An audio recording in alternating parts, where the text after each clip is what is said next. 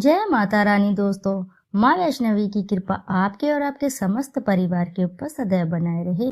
दोस्तों, स्वागत है आप सभी का आपके अपने चैनल काव्य कृति में। दोस्तों, आज हम बात करेंगे स्नान की। अगर आप गुरुवार के दिन नहाने के पानी में हल्दी डालकर नहाते हैं तो इससे आपका गुरु ग्रह मजबूत होता है और कामयाबी और तरक्की के द्वार खुलते हैं। और इसी प्रकार मंगल ग्रह की नकारात्मकता को कम करने के लिए लाल चंदन, बेल की छाल और गुड़ मिले पानी से स्नान करने से बेहद लाभ प्राप्त होता है। यदि आपके जीवन में मंगल दोष लगा है तो इस प्रक्रिया को आप जरूर कीजिएगा। इससे आपके जीवन में अगर मंगल दोष है तो वह शीघ्र ही दूर हो जाता है। रोज नहाने के पानी में थोड़ी सी इलायची और केसर मिलाकर स्नान करने से आपका बुरे समय यानी जो आपका संकटमय समय चल रहा है वह धीरे धीरे खत्म होने लगता है। पानी में तिल डालकर नहाने से माँ लक्ष्मी की कृपा प्राप्त होती है और घर में धन समृद्धि का आगमन बन जाता है। रोज नहाने के पानी में अगर आप थोड़ा सा घी मिलाकर स्नान करते हैं तो आपके स्वस्थ शरीर और सुंदर त्वचा की प्राप्ति होगी। अगर आप नहाने के पानी में रोज सुगंधित वस्तुएं जैसे फूल, चंदन आदि मिलाकर स्नान करते हैं तो आपके जीवन में आर्थिक संकट कभी भी नहीं आएगा और समस्याएं भी धीरे धीरे खत्म हो जाती हैं। शास्त्रों में दिन के सभी जरूरी कामों के लिए अलग अलग मंत्र बताए गए हैं। नहाते समय भी हमें मंत्रों का जाप अवश्य ही करना चाहिए। स्नान करते समय किसी भी मंत्र का पाठ किया जा सकता है या फिर कीर्तन या फिर भजन या भगवान का नाम भी ले सकते हैं। ऐसा करने से अच्छे पुण्य की प्राप्ति होती है। नहाते समय इस मंत्र का जप श्रेष्ठ रहता है, यूं कह लीजिए कि सबसे उत्तम रहता है। मंत्र इस प्रकार है दोस्तों, गंगे च यमुने चैव गोदावरी सरस्वती नर्मदे सिंधु कावेरी जलेस्मिन संधिनम कुरु। मान्यता है कि इस मंत्र का जाप भगवान को जल अभिषेक करते हुए भी किया जाता है। दोस्तों, घर परिवार में अक्सर बड़े बुजुर्ग कुछ चीजों को लेकर रोक टोक किया करते थे। इसके पीछे धर्म ग्रंथों की पौराणिक कथाओं के अनुसार कुछ नियम जिम्मेदार होते हैं। ऐसी मान्यता है कि उन्हें मानना आपके लिए एक प्रकार से लाभकारी होता है, जैसे सुबह जल्दी उठना, रात को जल्दी सोना, रोज समय से पूजा पाठ करना, पानी पीने से लेकर खाना खाने तक हर चीज का एक नियम होता है। इसी प्रकार स्नान करने को लेकर भी बताए गए हैं। धार्मिक शास्त्रों के अनुसार निर्वस्त्र होकर नहाना शुभ होता है या अशुभ, आइए इस पुष्टि की जानकारी करते हैं। आगे बढ़ने से पहले दोस्तों, अगर आपको वीडियो अच्छी लगी है तो एक लाइक जरूर करिएगा और साथ ही चैनल को सब्सक्राइब जरूर करिएगा। दोस्तों के साथ शेयर भी जरूर करें। कमेंट में अवश्य ही लिखें जय माता रानी। धार्मिक मान्यताओं के अनुसार एक बार की बात है, एक सरोवर में गोपियां निर्वस्त्र होकर स्नान कर रही थी। इस दौरान बालकृष्ण कन्हैया ने हंसी मजाक में उनके वस्त्र छुपा दिए थे। यह देखकर गोपियां हैरान परेशान हो गईं। उन्हें कृष्ण पर प्यार और गुस्सा दोनों ही आ रहा था। उन्होंने श्री कृष्ण से अपने वस्त्र वापस मांगे। भगवान श्री कृष्ण ने गोपियों को बोध कराया कि कभी भी निर्वस्त्र होकर स्नान करना नहीं चाहिए। ऐसा करने से जल के देवता वरुण का अपमान होता है। न सिर्फ खुले में स्नान करना बल्कि बंद कमरे के भीतर भी मनुष्य को कभी भी निर्वस्त्र होकर स्नान नहीं करना चाहिए। ऐसा करने से उन्हें शारीरिक और आर्थिक दोनों रूप से ही परेशानियों का सामना करना पड़ता है। पौराणिक मान्यताओं के अनुसार जब कोई व्यक्ति निर्वस्त्र होकर स्नान करता है तो उसके शरीर में नकारात्मक ऊर्जा का संचार होता है, जिसकी वजह से उस व्यक्ति की मानसिकता भी नकारात्मक हो जाती है। और दोस्तों, धार्मिक मान्यताओं की माने तो जो व्यक्ति बिना कपड़ों के स्नान करता है तो उससे भी धन की देवी माँ लक्ष्मी नाराज हो जाती हैं और लक्ष्मी के अप्रसन्न होने से कुंडली में धन योग कमजोर होता है और ऐसे में लोगों को आर्थिक स्थिति बिगड़ जाती है और इस प्रकार आपको आर्थिक समस्याओं का सामना करना पड़ता है। दोस्तों, स्नान आमतौर पर इसे एक साधारण कार्य समझकर आप और हम सही समय पर नहीं करते हैं। किसी भी समय पे आप कर लेते हैं, ऐसा बिल्कुल भी नहीं करना चाहिए। कई लोग तो ऐसे भी हैं जो स्नान करना भी जरूरी नहीं समझते हैं, लेकिन शास्त्रों के अनुसार स्नान एक बहुत महत्वपूर्ण कार्य होता है। स्नान का महत्व हमारे गरुड़ पुराणों में भी दिया गया है। स्नान के बिना मनुष्य की शरीर की पूर्ण रूप से शुद्धि नहीं होती है। ऐसे में आपने देखा होगा, यदि जब आप कोई पूजा कार्य आपको करनी होती है तो आपके बड़े बुजुर्ग कहते हैं बेटा नहा लीजिए। पूजा पाठ करने से पहले आपको अधिक महत्व दिया जाता है कि आप पूर्ण रूप से स्वच्छ हो जाएं नहा धोकर।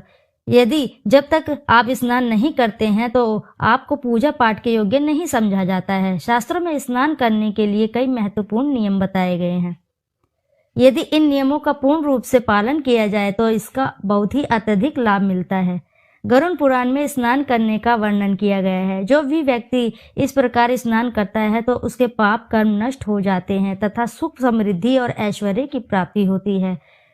स्नान करने पर यह मंत्र बोलने से साक्षात माता गंगा जल के भीतर प्रवेश ले लेती हैं और उस व्यक्ति का जीवन धन्य हो जाता है। भगवान श्री कृष्ण ने स्नान करने की विधि, स्नान करने का उचित समय और स्नान करते समय बोले जाने वाले मंत्रों का भी उल्लेख किया है।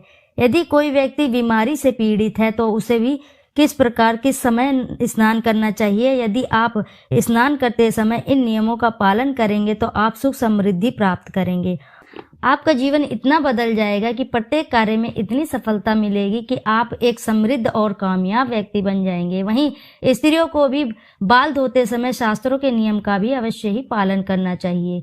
बाल किस दिन धोएं, किस समय धोएं, शास्त्रों में भी ऐसी कुछ तिथियां बताई गई हैं जिसमें बाल धोने का बहुत शुभ अशुभ समय बताया गया है। दोस्तों, शास्त्रों के अनुसार स्नान करने का उचित समय सुबह का ही माना जाता है। प्रत्येक मनुष्य को सुबह सुबह स्नान कर लेना चाहिए और महिलाओं को खास तौर पर तो सुबह उठकर सबसे पहला कार्य स्नान ही करने का बताया गया है।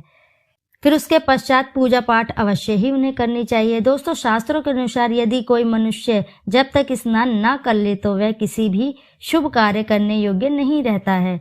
ऐसे में जो भी व्यक्ति नहीं नहाते हैं तो उसे जीवन में दुर्भाग्य ही दुर्भाग्य प्राप्त होता है। मानव शरीर से नित्य गंध निकलती रहती है तथा इसे शुद्ध करना अनिवार्य होता है। शास्त्रों के अनुसार जो व्यक्ति नित्य प्रातः काल में स्नान करते हैं उसके पास नकारात्मक ऊर्जा नहीं भटकती है और ऐसे व्यक्ति के आसपास तथा शरीर में सकारात्मक ऊर्जा का भाव बना रहता है। साथ ही उसके पापों का भी नाश होता है। रोज स्नान करने से मनुष्य के सौंदर्य, तेज आदि की प्राप्ति होती है। रोज स्नान करने से मनुष्य का जीवन रोग मुक्त बना रहता है तथा उन्हें जल्दी से किसी भी बीमारी का सामना नहीं करना पड़ता है और उनकी आयु में भी वृद्धि होती है और ऐसे मनुष्य संसार में यश कीर्ति को प्राप्त करते हैं। और दूसरी बात, जब मनुष्य स्नान नहीं करता है तो उनके पास माता लक्ष्मी भी नहीं आती हैं, उनका बल भी खत्म हो जाता है और उनके जीवन में प्रत्येक तरह की बीमारियां आने लगती हैं। जो व्यक्ति स्नान नहीं करते हैं उनकी इंद्रियों का भी नाश होता है। जो व्यक्ति अपने जीवन में कल्याण चाहते हैं तो ऐसे व्यक्ति प्रत्येक दिन स्नान करते हैं। दोस्तों, रात्रि में जब आप सोते हैं तो आपके शरीर से लार, पसीना इत्यादि छूटता है जिस कारण आपका शरीर अपवित्र हो जाता है। ऐसे में जब आप सुबह उठकर स्नान कर लेते हैं तो आपका शरीर पवित्र हो जाता है। इसके साथ साथ आपका मन ही पवित्र हो जाता है। दोस्तों, शास्त्रों के अनुसार जो लोग सुबह सुबह उठकर नहा धो लेते हैं तथा स्वच्छ कपड़े पहनकर भगवान सूर्य देव को जल अर्पित करने से उनके जीवन में यश, तरक्की, कामयाबी की प्राप्ति होती है।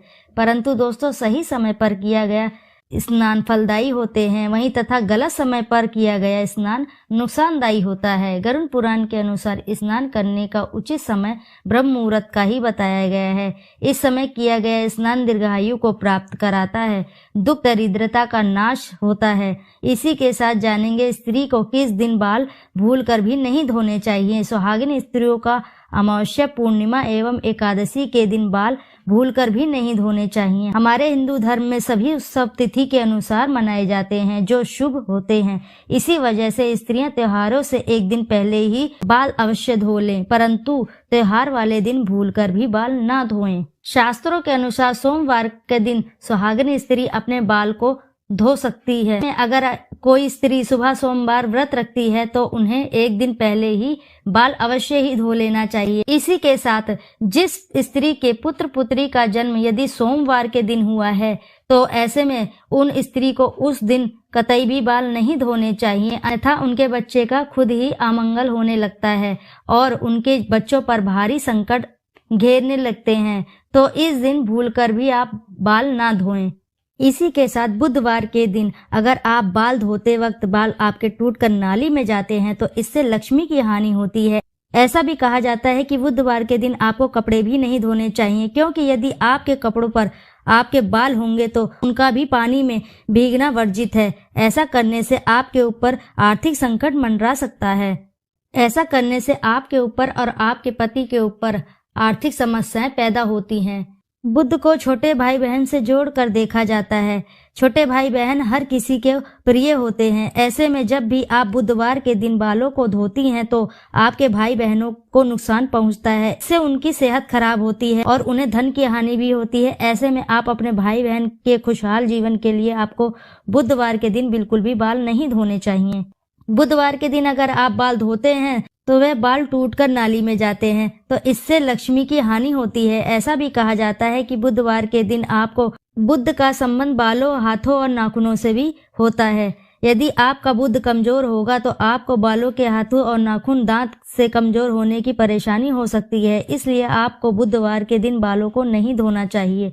बुधवार को बालों को धोने से किसी भी प्रकार से हानि हो जाती है, इसलिए इस दिन बाल धोना वर्जित है।